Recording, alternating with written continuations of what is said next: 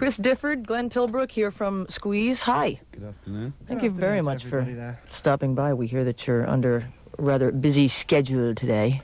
Well, a bit of a busy schedule. We've been chatting to various people, and they've been asking us various questions. Have they? We're doing our best to answer all of them as helpfully as possible. How many people have asked Chris how old he is today? 2.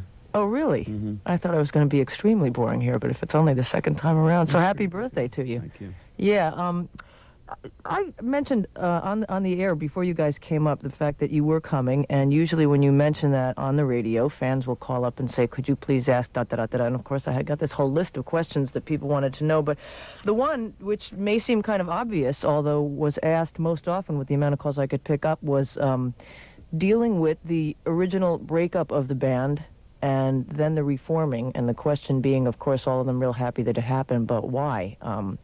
After breaking up, I guess, obviously pursuing a lot of solo projects that you guys seem to be pretty happy with, it was like hallelujah time when you decided to get back together again, but still there's a curiosity on the part of the fans as to how that all came about.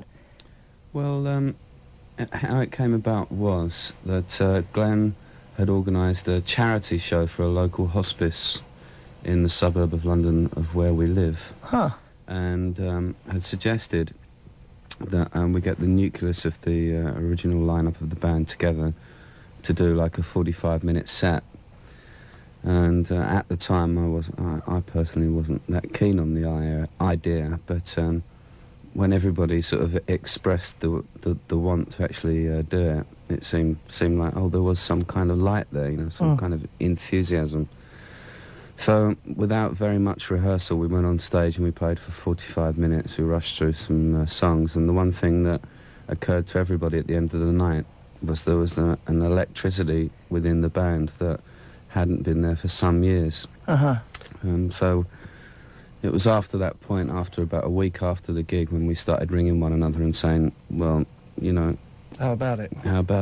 Should we try again? I think the one that I saw most recently after the departure and then rejoining again was one that happened many months back, although not even a year ago so far, at Ritz, where the electricity was definitely clear after having not seen you guys on a stage and together in such a long time.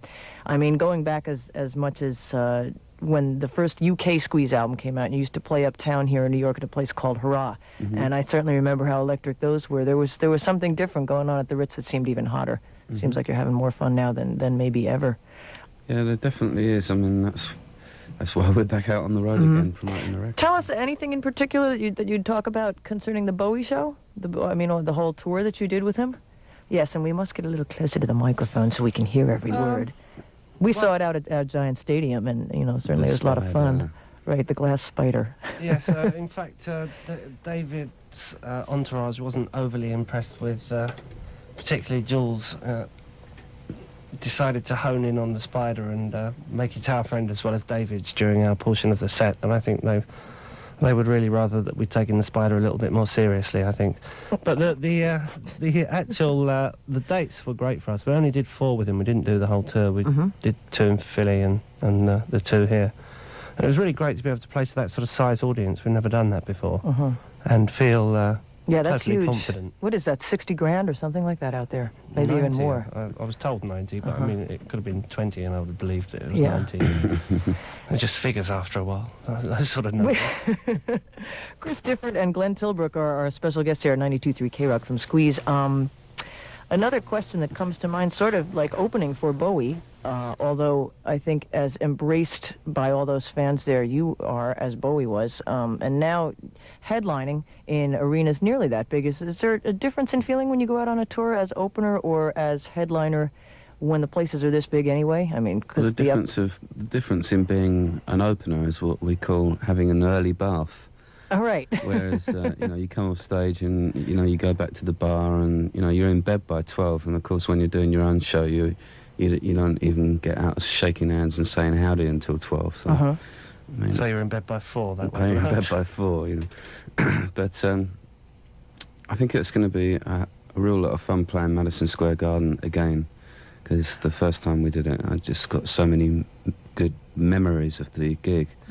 especially people lighting all their lighters at the end of the gig. It was really moving. So was that a first time that happened at Squeeze shows? Yeah, it's the first time I'd ever seen it happen at one of our gigs. If it happened before, I must have been asleep. You realize, of course, this November 13th show is a Friday, yeah, of course. like a Friday the 13th. That's right. We plan to have the walkway up to the stage. We plan to have a series of ladders propped up against the wall, which we walk underneath before we go on stage. I see. 13 ladders. And what have you got planned for your birthday, Mr. Difford? It being today, anything? Oh, I'm open to offers, you know.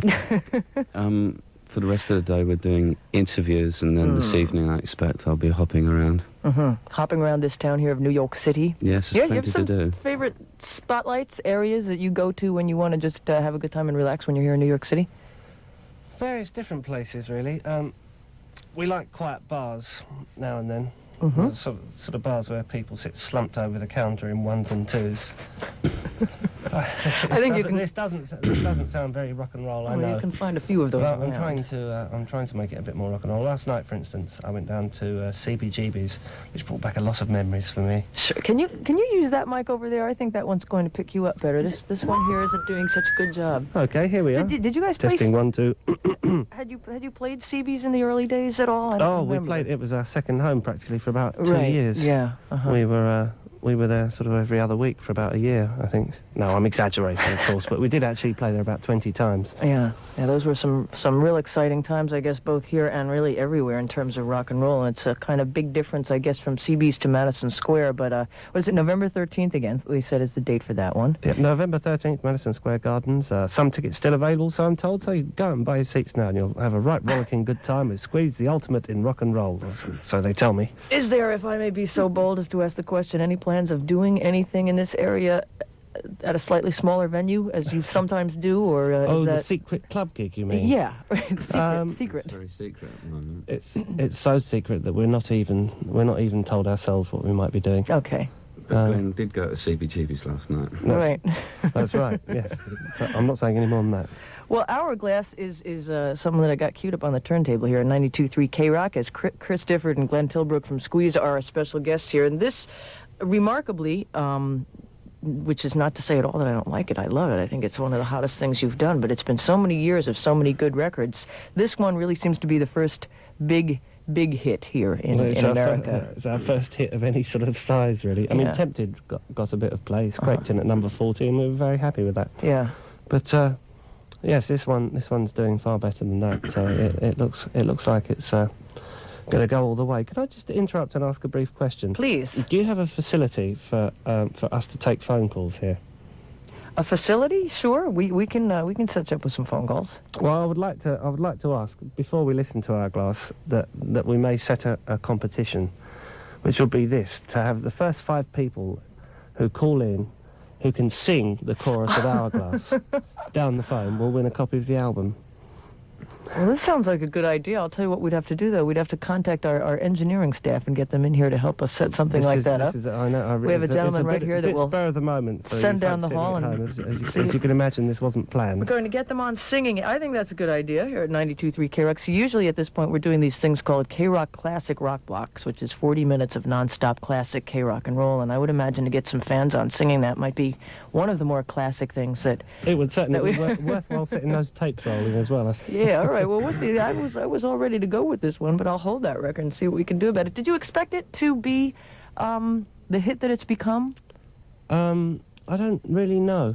I mean, personally speaking, I felt very confident about the record. But then I felt very confident about other records that haven't done anything, and I felt sort of equally unconfident about some records, at least in Britain, that have gone on to be quite large hits. So I guess, to sum up, I really can't tell. I don't know at all. There's another thing that I think might be an obvious... Look at the phones are starting to go already, although we haven't even told them to call yet. We want to take some phone calls here at 92.3 K-Rock and allow some listeners to call in and sing Hourglass. And Charlie, our infamous engineer, is going to assist technologically here. Is that right, sir? Infamous. Yes, we did say infamous. It's all happening here. Charlie's prowling around the desk in a very knowledgeable way. Actually, I'm heading straight for her. Well, I'm getting out of the way. While we try to work this out, one other question that I wanted to ask, because so often the comparison is made between you guys as a couple of songwriters, of course, to Lennon and McCartney, and certainly you've heard that. That's loud. Certainly you've heard that. How you feel about that comparison? I mean, certainly it's not an insult.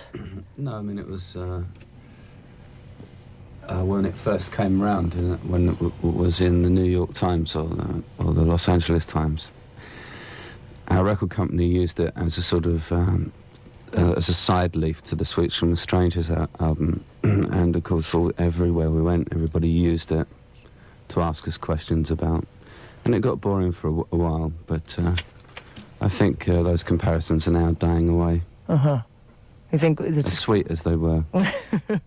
Yeah, I guess it also gets to a point where after you've been around as long as you have, and certainly have established a sound, whether it's comparable to somebody like that or not, it's just the time would tend to erase something like that. Yeah. We've got to get you guys hooked up with some headphones so that you can hear our callers as they call in and attempt to sing Hourglass for you, so that, of course, you can make some kind of judgment on them. And I think that we've just got somebody going down the hallway at this very moment to, here we are, Robert Benjamin. It's a hive of activity here. What? You're giving me the wrong end. Squeeze, our special guest here, and I guess I might as well say call in. Now, the phone number here, of course, is 212-955-9292, and sing. What was it now? How does the deal go? What, you want to... What, They have to sing the chorus. Well, yes, Hourglass, which we will demonstrate ourselves without the aid of music. Alrighty. It's take it to the bridge, throw it overboard, see if you can swim, back into the shore, no one's in the house, everyone is out, all the lights are on and the blinds are down. Go. Easy, right? All right, let's see what we've got here. Hello, 92.3 K-Rock. Hello. Would you like to do some singing for Chris Difford and Glenn Tilbrook of Squeeze? I sure would. Well, hit it. Go for it. Hello? Yeah. Take it to the bridge, throw it overboard, back into the shore, see if you can swim. Oh, wait, I forgot. I'm so nervous. Can I start all over again? Yeah, go on. I think you get a second chance. Okay, can I start? All right. Take it to the bridge. Wait, I'm so nervous. Take it to the bridge, throw it overboard, see if you can swim, back into the shore. No one's in the house, everyone is out, all the lights are on and the blinds are down. You got it. Come on down. Come on Yeah, down. that's I want you to know I'm your number one fan. I love you guys. I really do. Good. Thanks very much. I think you've done extremely well there. And if you hold on the phone, someone will be taking details of your name and address. Is that correct? I don't know Yes, what I'm that's saying. correct. Please hold on just 1 minute. Okay. Okay. Bye. All right, are you ready for another one? Contestant number 2 here at 92.3 K-Rock. We're doing sing-alongs with Squeeze to see if people can actually do that first chorus. Hello, you're on the air. Hi, how you doing? I saw you guys with Bowie back, I guess it was your second concert in New York. Yeah. And I was right up front stage, right in the front there, getting pushed and shoved and getting water thrown on me. And I had the best time, I want you to tell you. Thank I you. went home and I learned the lyrics. And I'm the only person that I know that can sing them. Brilliant. Go for it then. Okay, let's see. Take it to the bridge, throw it overboard, see if you can swim, back into the shore. No one's in the house, everyone is out, all the lights are on, but the blinds are down. All Another right. winner. Great Thank first you, time. thank you. All right, if you hold on just a second, okay, we're going to move on to somebody else, but hold on, we'll be back with you. Sure. All righty. Okay. 2 women so far. Yeah. Let's see if we Right. can get a guy out of this lot. Hello, 92.3 K-Rock, you're on the air. Hello. Hello. Oh, a guy. Yeah, I got it. Sing it. Okay. Take it to the bridge, throw it overboard, see if it can swim, back up to the shore. No one's in the house, everyone is out, all the lights are on and the blinds are down. Fabulous. Fabulous. All right. That's absolutely brilliant. All right, can I ask a quick question? Yeah, go on. I've been dying to know this answer forever. Who sings the lead vocal on It's Not Cricket? Now, isn't that funny? It's me. It's me with my Dick Van Dyke Cockney accent. Oh. And if you see Mary Poppins, you'll be familiar with a Dick Van Dyke Cockney accent. It's a very strange breed of Cockney Yeah. accent. It's what we call affected. But yes, that's the answer to your question. I It's never me. knew who that was. Me being Glenn and this being Chris. Hello. How you doing? How you doing? Happy birthday. Happy birthday. Hi, Meg. Hi. Thanks for calling. We're going to go to somebody else, okay? Okay. Thanks All a lot. right, now we are moving on to number 8 here. Hello, this is 92... Oh, Oh, number 8's gone. 92.3 K-Rock, you're on the air. Can you sing along with Squeeze? I guess I could. Well? I love the song. Thanks you. very much. I saw you guys in concert with David Bowie. You opened. You were fantastic. Thank you. and it was great. Great. I missed you at the pier. I wish you would come back and do the pier shows. We probably will again. And I saw you on David Letterman last night, and that was great too. Good. Can you sing the song? Sure. Sing along. Okay. Take it to the bridge, throw over the board, see if you can swim, back into the shore. No one's in the house, everyone is out, all the lights are on and the blinds down. All right. Keep your day job. Okay. I love that song. All right. Oh, no. Oh, it seems as if a birthday cake has just arrived here. Happy birthday. Happy birthday. I'm embarrassed. to you. Wildly embarrassed. Happy birthday, dear Chris. Happy birthday to you. Speak! Well, I'd like to say I've never been so touched in all my life. This is I'm great. bruised all over. Listen, I'm on the radio here. Oh, sorry, you're on the radio too. You're on the radio. I tell you what, we thank you very much for calling. We've got some cake to eat. We've got one more singer, and then we're going to put the single on. So thank you very much for calling, Thank and you for hold the on, cake. okay? Okay. All righty. Bye. Hey, how about that? Birthday cake, and what does it say on there? Happy Christmas. Happy Christmas. But of course, from 92.3 K-Rock, and certainly all your listeners, Chris Difford and Glenn Tilbrook, our guests, and we have one more sing-along contestant here to do Hourglass, as was the idea of these gentlemen. Hello, this is K-Rock. You're on the air. Hello, yes. Happy birthday, Chris. Thank you. Good morning. I seen you with Tom Petty. Yeah, that's good. That's I don't know any words to no music, but I just want to say happy birthday. Thank you very much. You All could right. you could sing that. Happy birthday to you. Happy birthday, Chris. Okay. Thank you very much for calling. Next time I see Tom, I'll remember him, dear. All right. Bye-bye. All right, guys. Thank I tell you. you what I Well think done. we're going to do. It's been certainly nice to have you up here celebrating Thank your you very birthday. much. That was a great idea. There was many entertaining moments here on the radio, getting them to sing Thank along. you. And certainly, it's not easy to pick up all those words and get them syncopated and correct. And obviously, these guys love the record. Absolutely not. I mean, we had enough trouble learning it. So heaven knows what other people are going to find it like. Well, how do you feel about cutting the cake? Well, I'll cut it with a knife. I suppose if we were going to do that, we might possibly throw Hourglass in its real form and fashion from Good the record idea. onto the radio. Spin it off. And want to just thank you once again very much for coming up November Thanks for having 13th us. at Madison Square Garden. You've always been my favorite. Thanks for Thanks for coming up. having us. All right, Thanks a let's lot. hit it. Bye.